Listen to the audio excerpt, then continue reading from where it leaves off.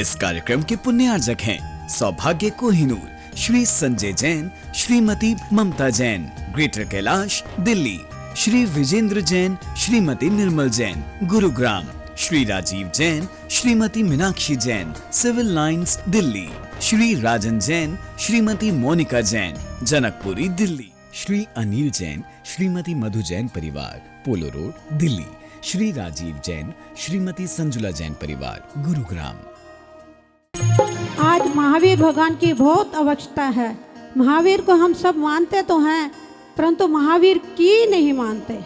जिस दिन हम महावीर की मानने लग जाएंगे, उस दिन हमारा नगर, शहर, देश, राष्ट्र पूरा का पूरा बहुत सुख शांति पूर्वक हो जाएगा। हमारा ये क्या पूरा संसार, तो हम महावीर के मान के चले। महावीर भगवान ने क्या कहा है? पाप 5 होते हैं: हिंसा, झूठ, चोरी, कुशील और परिग्रह। तो हम ये सभी जानते हैं कि देखो, झूठ, हिंसा, ये सब कुछ ना कुछ प्रतिशत में तो हमारे जीवन में आती रहती है। हिंसा ये नहीं है किसी को मारना ही सिर्फ हिंसा है, अगर किसी का हम दिल भी दुखाते हैं तो वो भी हिंसा है। तो सबसे ज़्यादा, जैसे 8 कर्मों में सबसे कर्म बलवान कर्म कौन सा है? मोह, है ना। मोह कर्म सबसे बलवान है। इसी प्रकार से ये जो पाप है, इनमें जो है सबसे बलवान कौन है? परिग्रह। परिग्रह क्या है? क्योंकि परिग्रह क्या होता है? हम चीज़ों को समेटने के में लगे रहते हैं। ये भी मुझे मिल जाए, ये भी, आज एक इच्छा पूरी है, फिर दूसरी इच्छा शुरू हो जाती है। ये सब के ये परिग्रह के कारण ही हमें क्या झूठ भी बोलना पड़ता है, चोरी भी करनी पड़ती है। चोरी है वो थोड़ी, वो जो हम संसार में करते हैं वो भी सब चोरी में आते हैं, क्योंकि हम बिना पूछे चीज़ें उठा लेते हैं, ये भी चोरी है। हम सोचते हैं हम चोरी नहीं करते, अगर किसी की चीज़ पड़ी हुई हमने उठा ली बिना पूछे, यहाँ तक कि मिट्टी और पानी तक को भी खाए, वो भी चोरी है बिना किसी के पूछ लिए। तो इन चीज़ों से हम बचें, क्यों? जब तक नहीं बच सकते जब तक हमारे अंदर परिग्रह, ये जो भरा हुआ है, ये जो ग्रह है भरा हुआ है परिग्रह, ये जब तक हमने से नहीं छूटेगा, जब तक हम संसार से पार नहीं हो सकते। हमारे आचार्य श्री ने क्या किया है? इन्होंने तप, संयम, सारे परिग्रह को, क्या छोटी सी उम्र में, क्या होती है 16-18 साल की उम्र, सारे संसार के सुखों को त्याग के और इस मोक्ष मार्ग पे निकल पड़े। कितना कठिन है, ये तलवार की धार है, ये दीक्षा लेना, ये मोक्ष मार्ग पे चलना। तो इन्होंने छोटी सी उम्र में संसार को त्याग कर और दीक्षा लेकर आज के दिन, आज कितना बड़ा भव्य दिन है कि हमें 2 पर्व मनाने का अवसर मिला है। बंधुओं, जब एक तो जन्म भी 2 प्रकार से होता है। एक तो है कि माँ के गर्भ से जब जन्म लेते हैं तो वो तो सांसारिक जन्म कहलाता है, लेकिन जो दीक्षा लेता है असली जन्म तो वही कहलाता है। हमारे महावीर स्वामी का भी जन्म कब हुआ? आज ही के दिन हुआ। और हमारे गुरुवर का जन्म कब हुआ? आज ही के दिन हुआ। तो दोनों में समानता है कि नहीं? उन्होंने मोक्ष प्राप्त कर लिया, हमारे गुरु मोक्ष मार्ग पर चल पड़े हैं, तो एक दिन वो भी वही मुक्ति पद को प्राप्त करेंगे। खुशी के फूल बरसाओ, दीक्षा दिवस आया है, गुरु का दीक्षा दिवस आया है। खुशी के गीत तुम गाओ, संयम दिवस आया है, दीक्षा दिवस आया है। हमारे गुरु की कैसी सूरत है? सलोनी सांवली सूरत है प्यारी मेरे गुरुवर की, चले संयम के पथ पर ये, यौवन में दीक्षा है लीनी। खुशी से रत्न बरसाओ, सभी ने दर्श पाया है।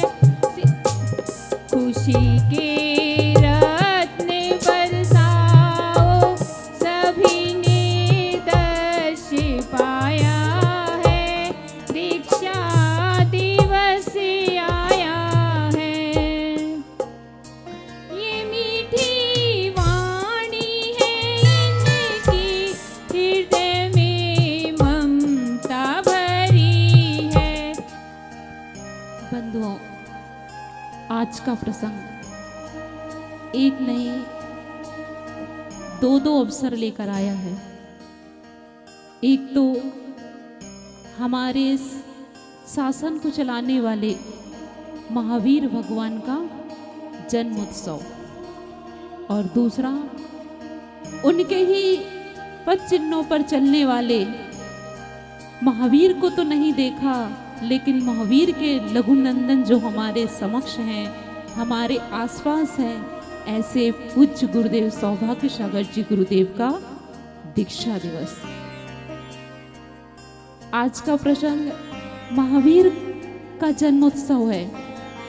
अभी भोगल समाज की तरफ से आपने देखा, एक छोटी सी नाटिका के द्वारा उन्हें तृष्णा के नंदन महावीर का परिचय कराया, और उनके परिचय से इस पूरे भारतवर्ष का बच्चा बच्चा भी परिचित है। महावीर भगवान ने एक संदेश दिया था, जियो और जीने दो।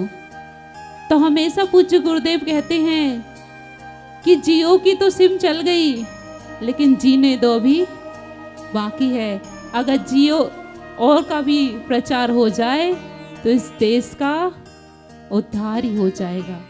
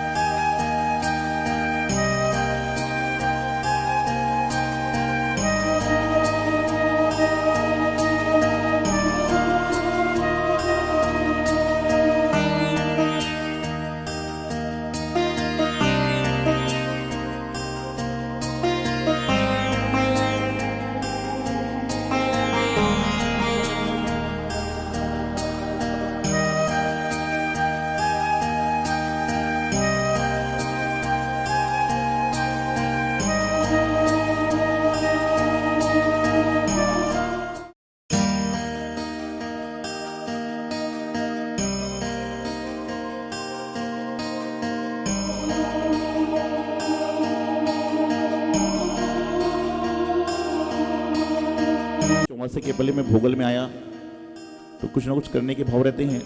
हमने कहा राकेश जी कांच कैसे झड़ रहे हैं? तो राकेश जी बोले महाराज जी कांच तो बनवाना ही है।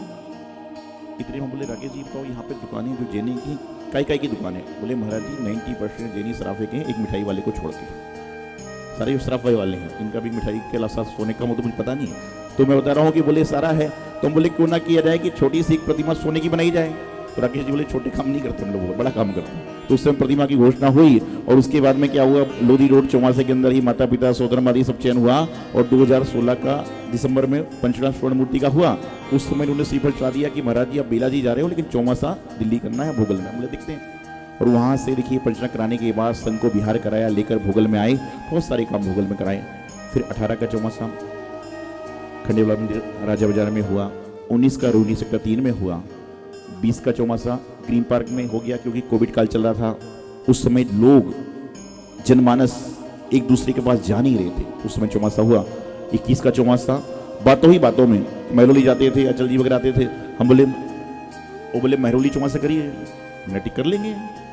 ना उनको पता था कि हो सकता है, ना हम सोचते थे, लेकिन बातों बातों के बाद चलिए महरौली भी आप देख रहे, चौमासा हुआ, दीक्षा हुई, सब कुछ सारे काम संपन्न हुआ।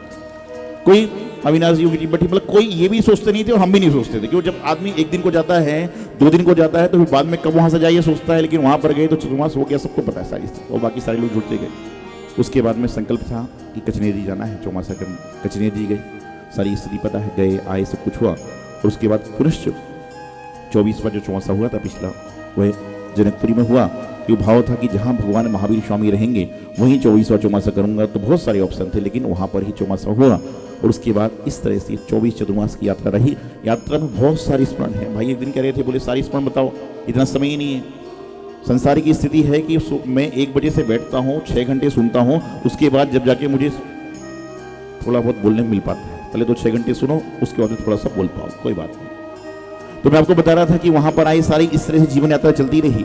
इस जीवन यात्रा में बहुत सारे मेरे शिष्य भी बने, बहुत सारे ब्रह्मचारी त्यागी बने, मुनि बने, आरिका छुल्लक छुल्लिका बने। आपके सामने संघ है और अधिकांश दीक्षा दिल्ली में हुई, आप सभी जानते भी हैं। बहुत सारे भक्त बने, बहुत सारे ऐसे लोग थे जो चद्दर ओढ़ के सोते थे, उनका चद्दर निकलवा के मंदिर में लाने का प्रयास किया, सब कुछ किया। मैं आप सबसे एक बात कहता हूं कि मैं आप सभी को बहुत सारे लोगों से नहीं मिला सकता, लेकिन मैं ये प्रयास करता हूं कि मैं आपको भगवान से मिला सकूं। ये प्रयास मैं करता हूं और आपको भगवान से मिलाने का प्रयास करता हूं, आपके अंदर भगवत्ता के गुण प्रवेश कराने का प्रयास करता हूं। ये विचार है मेरा। 25 साल के जीवन में बहुत सारी चीजें आई। संग है, साधु जीवन है, संकल्प है, विकल्प हैं, सब चीजें होती हैं। लेकिन इन सब के बीच में हर चीज होती रही। 2016 में जब चतुर्मास चला था लोधी रोड में, तीर्थ की कल्पना थी, कैसा तीर्थ बनेगा, क्या होगा। संजय ममता जी आए, भाव बनाए। दिल्ली शहर में 1 गज जमीन लेना मुश्किल होती है, उन्होंने सारी तीर्थ की भूमि दे दी। और आप देखिए उनके सत्प्रयास से, आप सही भक्तों के सत्प्रयास से आज छोटा सी जो जगह थी अब बड़ी सी रूप बनाकर मुनीश्वर तीर्थ के नाम से जानी जा रही है। कि दिल्ली के आसपास यदि कोई मुनीश्वरनाथ भगवान का तीर्थ है तो वह आपका अपना तीर्थ है। और मैं देखता हूं कि बाकी तीर्थों पे आपका कितना लगाव मुझे मालूम नहीं, लेकिन यहां पर जब भी हम आते हैं, मुनीश्वर तीर्थ की बात आती है, तो सबको लगता है कि ये तीर्थ हमारा अपना है, क्योंकि आप सभी लोग उसकी जमीन से जुड़े हुए, जड़ से जुड़े हुए हो। जड़ से जुड़ता है, अपना सारा काम संपन्न कर लेता है। ट्रस्ट बनते हैं, संस्कार मंच बनते हैं, बहुत संस्कार ज्ञानशालाएं चलती हैं और कई सारी चीजें चलती हैं, समाप्त हो जाती हैं। लेकिन हम तो ये सोचते हैं कि सारा काम करते चलो, सारा काम चलते रहो। और मैं तो ये मानता हूं कि 25 साल के साधु जीवन में, आज सुबह या कल दोपहर में मुझसे कोई पूछ रहा था, बोले महाराज जी 25 साल हो गए आपके, कैसा लगा। क्वेश्चन बड़ा पेचीदा था। आप कोई शादीशुदा जो आदमी होता है उससे कहते 25 साल शादी को हुए, कैसा लगा, दोनों अपनी बात बोलेंगे। यहाँ तो मुझे सिर्फ अपनी बात बोलना है, दूसरा तो कोई बोलने वाला नहीं है, क्योंकि 25 सालों से आपके साथ में तो कोई हो ही नहीं। तो बोले 25 साल हो गए, आपको कैसे लगा। तो मैंने एक ही बात कही, मुझे तो 25 साल नहीं, ऐसा लगता है कि दीक्षा लेके 25 सेकंड हुए हैं और मैं तो वही जीवन जीने का प्रयास कर रहा हूं, मैं साल गिनता ही नहीं। ये तो महोत्सव आपको मनाना है। क्योंकि गुरुदेव कहते थे कि तुमने जो दीक्षा के समय संस्कार लिए थे, उस समय तो तुम्हारे अंदर जो परिणाम थे, वही परिणाम तुम्हारे अंदर जीवन भर होना चाहिए, तो तुम्हारी दीक्षा सफल और सार्थक होती रहेगी। वही प्रयास करते हैं सब लोग, जुटते सारा काम संपन्न करते हैं। तरह तरह की बातें चलती हैं। दिल्ली शहर में रहे, उपाध्यक्ष आचार्य बने, आपने देखा दिल्ली कैंट पहुंचे, छुल्ली का शुभारंभ मती माता जी को, इनवर विजेंद्र जी वहीं से जुड़े, सुभाषीष मती माता जी बनी, उसके बाद में सुमति जी बनी, सुसागर जी बने, सौभाग्यवती माता जी बनी, सुमार्गमती जी, सुमंगलमती जी बनी, सुकीर्ति जी, सुबाहुल बने। सब संग बनता गया, धीरे धीरे करते रहे। यूँ कहना चाहिए जब आचार्य श्री गए थे, जो वो छोड़ के गए थे, बोले तुमको आचार्य बना दिया है, दिल्ली में रहना है। मैं सोच रहा था कि दिल्ली में संघ बनाना कैसे होगा, दिल्ली में संघ बना, क्योंकि लोग कहते हैं कि यहाँ का जो पानी है वो राग वाला पानी है, बैराग वाला पानी नहीं है। वो क्या कहते हैं कि यहाँ का जो पानी है वो राग वाला पानी है, बैराग वाला पानी नहीं है। तो मैंने कहा महाराज जी आप मुझे ऐसी जगह छोड़ के जा रहे हो। बोले कि राग को भी बैराग में जो कर सकता है उसी को तो दिल्ली छोड़ के जाना है। तो गुरुदेव ने मुझे कहा कि राग को बैराग में तुम ही कर सकते हो, इसलिए संघ से तुम ही को छोड़ेंगे। तो मुझे छोड़ के गए और अब गुरुवार के आशीर्वाद से आपके सामने साधुओं को मोक्ष मार्ग पर चलाने का प्रयास करें। तो कहने की बात इतनी सी है, जीवन यात्रा में बहुत सारे लोग जुड़े। एक एक व्यक्ति का नाम लेना संभव नहीं है, क्योंकि एक एक व्यक्ति का नाम लेना अर्थात बहुत सारी बातें हो जाती। लेकिन इतना कहता हूं कि सबसे पहले माता पिता, परिजन भाई, जिन्होंने मुझे कम से कम सत्संस्कार दिए, सद्बुद्धि दी, जैनत्व के संस्कार दिए।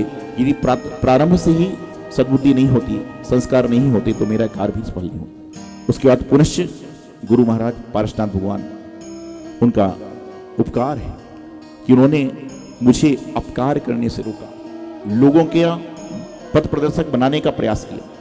और उसके बाद में इस 25 साल की जीवन यात्रा में आप सभी जो लोग यहाँ प्रत्यक्ष हैं, परोक्ष हैं, एक एक व्यक्ति जिन्होंने मेरी साधना में एक सेकंड भी सहयोगी बना है, वह सब आज साधुवाद का पात्र है, आशीर्वाद का पात्र है कि उन लाखों लोगों ने हमारे जीवन में एक सेकंड भी साधना में भाग में योगदान दिया है, जिस कारण से मैं अपनी साधना को अच्छी तरह से संपन्न कर पा रहा हूं।